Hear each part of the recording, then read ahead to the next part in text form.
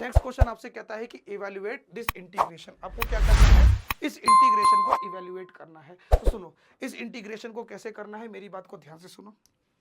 सबसे पहले बेटा क्या करोगे, इस इंटीग्रेशन को आई के इक्वल ले लोगे। इंटीग्रेशन को क्या करोगे, आई के इक्वल ले लोगे, ठीक है। आई के इक्वल लेने के बाद अगर आप एक बात ध्यान से देखो तो अंडर रूट के अंदर बहुत गंदी सी वैल्यू है x+3।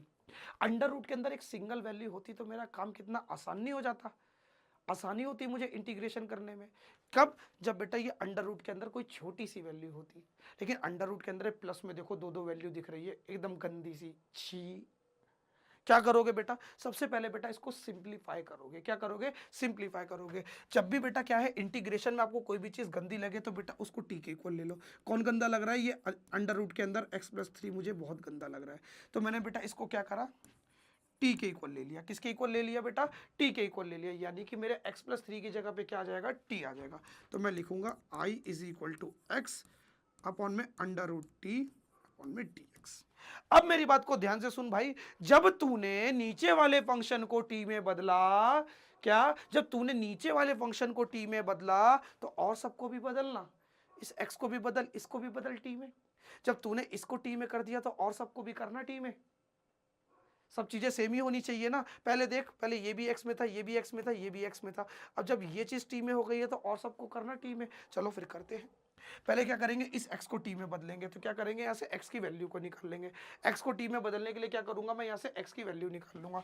तो अगर मेरा x+3 जो बेटा t के बराबर है तो मेरा x किसके बराबर होगा, तो देखो इधर ये प्लस का 3 है, इक्वल टू के उधर जाएगा तो माइनस का। तो मेरा जो x है बेटा वो किसके बराबर आ जाएगा, t-3 के बराबर आ जाएगा। किसके बराबर आ जाएगा, t-3 के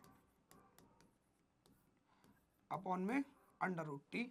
अब देखो यहाँ पे क्या बेटा, dx है। क्या बेटा, dx है। तो इस dx को बेटा किस में बदलना होगा, आपको dt में बदलना होगा। dx को किस में बदलना पड़ेगा, dt में बदलना पड़ेगा। जब भाई सब चीजें t में हो गई है तो इंटीग्रेशन भी t के रिस्पेक्ट में ही होगा ना, x के रिस्पेक्ट में थोड़ी होगा। अब x तो t बन चुका है, तो x को भी, dx को भी क्या बदलना पड़ेगा, dx को भी किस में बदलना पड़ेगा, t में बदलना पड़ेगा।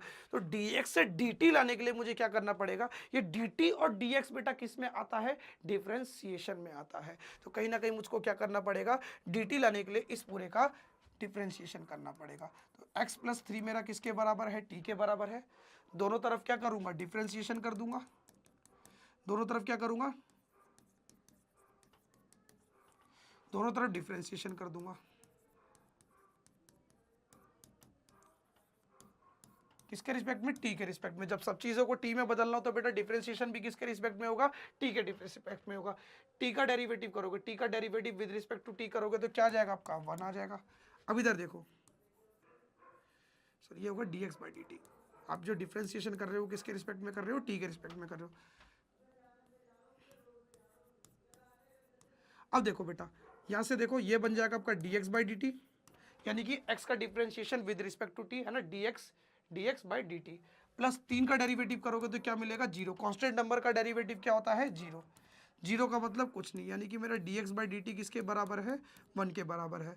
तो देखो dt यहाँ पे डिवाइड में है, इक्वल टू के उधर जाएगा तो मल्टीप्लाई में। 1 के साथ बेटा किसी भी नंबर को मल्टीप्लाई करो आपका वही आता है। तो मेरा जो dx है बेटा वो किसके बराबर है, dt के बराबर है। तो मैं बिल्कुल आंख बंद करके क्या लिख सकता हूं, इस dx की जगह पे dt लिख सकता हूं।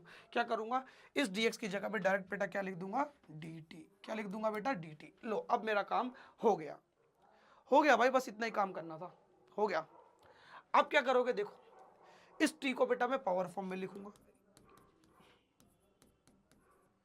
इस t को मैं लिख सकता हूं t की पावर 1/2। क्या लिख सकता हूं बेटा, अंडर रूट का मतलब होता है पावर 1/2 होना। फिर से, अंडर रूट का मतलब होता है पावर 1/2 होना। और ये t की पावर 1/2 देखो इसके साथ भी डिवाइड में है और इस -3 के साथ भी डिवाइड में है, दोनों के साथ अलग अलग डिवाइड में जाएगा, है ना। ये t की पावर 1/2 इस t के साथ भी डिवाइड में है और इस 3 के साथ भी डिवाइड में है। तो अब मैं क्या करूंगा, थोड़ा सा सेपरेशन कर लूंगा। क्या करूंगा, सेपरेशन कर लूंगा कि जो t की पावर 1/2 है, ये देखो ये इसके साथ भी डिवाइड में जाएगा dt, माइनस इस 3 के साथ भी डिवाइड में जाएगा। ठीक है बेटा, अलग अलग कर लिया, कुछ नहीं करा। देखो इस टी के साथ भी देखो ये डिवाइड में चला गया, देखो इस टी, ये टी की पावर 1/2 बेटा इस टी के साथ भी डिवाइड में गया, अलग इंटीग्रेशन डी टी, फिर बीच में माइनस है माइनस लगा दिया, फिर इस वाले का अलग इंटीग्रेशन, दोनों के इंटीग्रेशन को स्प्लिट कर दिया, इस पूरे का अलग इस पूरे का अलग, आप स्प्लिट भी कर सकते हो इंटीग्रेशन को, फिर -3 और इसके साथ भी डिवाइड में टी की पावर 1/2। क्लियर है, समझ गया भाई, दोनों को अलग अलग कर लिया क्योंकि आसानी होगी इंटीग्रेशन करने में। आप दोनों को अलग अलग कर सकते हो कि इसके साथ भी डिवाइड में, इसका इंटीग्रेशन अलग और इसका अलग। अब देखो क्या करना है, मुझे टी की पावर 1/2 अच्छा नहीं लग रहा, तो इसको कहाँ लेकर आऊंगा, ऊपर लेकर आऊंगा। जिसके साथ कोई पावर नहीं होती उसके साथ कौन होता है 1, ऊपर आते बेटा क्या होगा, इसके साथ मल्टीप्लाई में हो जाएगा, लेकिन पावर का साइन बदल जाएगा।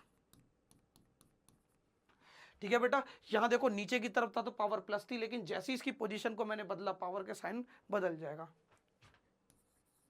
dt माइनस, अच्छा नहीं लग रहा, कहां लेकर आऊंगा, ऊपर लेकर आऊंगा, तो फिर से बेटा इसकी पावर किस में हो जाएगी, माइनस में। चलो बेटा इतना समझ में आ गया। अब इतना अगर समझ में आ गया तो चलो अब हम लोग आगे देखते हैं। चलो पहले थोड़ी सी जगह बनाते हैं,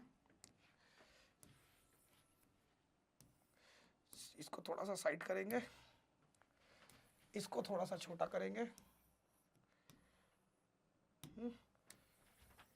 इसको थोड़ा सा छोटा करते हैं।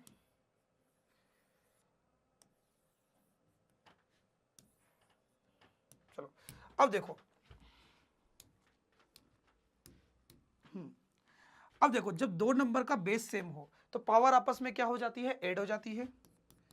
जब दो नंबर का देखो नीचे वाला नंबर सेम हो, याद करो मैंने थ्योरम पढ़ाई थी, अगर दो सेम नंबर आपस में मल्टीप्लाई होते हैं तो उनकी पावर आपस में क्या हो जाती है, ऐड हो जाती है। तो दो सेम नंबर आपस में मल्टीप्लाई में है तो इनकी पावर आपस में क्या हो जाएगी, ऐड हो जाएगी, यानी कि 1 + -1/2 dt माइनस 3, तू तो कांस्टेंट है ना, बाहर निकल फिर, चल तेरा कोई काम नहीं, टी की पावर -1/2 और dt। चलो ये तो देखो एकदम परफेक्ट है। चलो पहले इसको सॉल्व कर लेते हैं, प्लस माइनस माइनस 1 में से 1/2 माइनस करोगे तो क्या मिलेगा, 1/2 मिलेगा, चाहे माइनस करके देख लेना। तो यानी कि बेटा यहाँ पर क्या मिलेगा, टी की पावर 1/2 इंटीग्रेशन dt -3 टी की पावर -1/2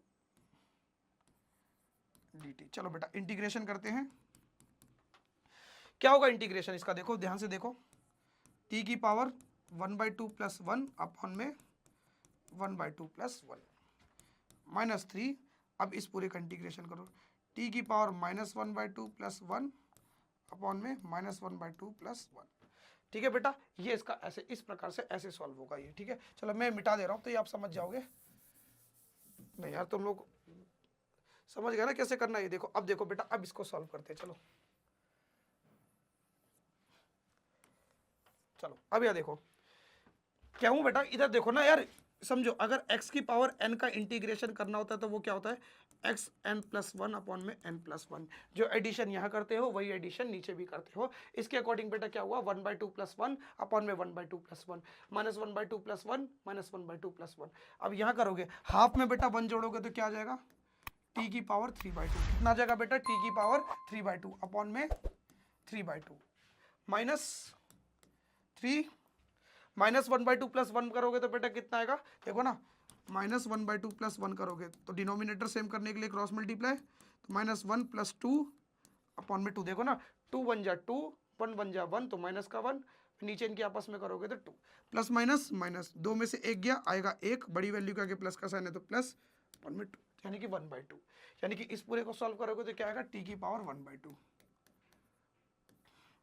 अपॉन में नीचे भी क्या आ जाएगा आपका 1/2, कितना आ जाएगा नीचे भी 1/2। अब देखो डिवाइड में डिवाइड आ जाए तो बेटा वो नंबर कहाँ चला जाता है, ऊपर चला जाता है। देखो डिवाइड में बेटा कोई नंबर होता है तो वो कहाँ चला जाता है, ऊपर चला जाता है। तो मैं उसको कुछ इस प्रकार से यूं लिख सकता हूँ, टी की पावर 3/2 अपॉन में 3। देखो ना ये 3 यहाँ पे नीचे रह जाएगा और ये 2 देखो डिवाइड में 2 है तो बेटा ये 2 कहाँ चला जाएगा, ऊपर चला जाएगा।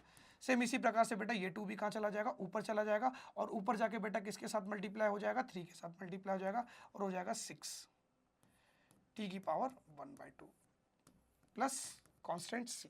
तो ये हो गया बेटा इसका इंटीग्रेशन। अब बेटा इस टी की जगह पे वैल्यू रख दो, क्या आएगा 2 अपॉन में 3, और टी की जगह पे टी किसको माना था बेटा आपने, टी माना था x+3 को, तो x+3 की पावर 3/2 -6 एक्स प्लस थ्री की पावर 1/2 प्लस सी। ये लो हो गया इसका इंटीग्रेशन का आंसर। यही आएगा भाई इसका इंटीग्रेशन का answer. I is equal to 2/3 x plus three की power 3/2 minus 6 x plus three की पावर 1/2 प्लस सी। हो गया इंटीग्रेशन। यही आएगा बेटा इंटीग्रेशन का आंसर। तो इस प्रकार से बेटा आपको क्या करना है, इसका इंटीग्रेशन करना है।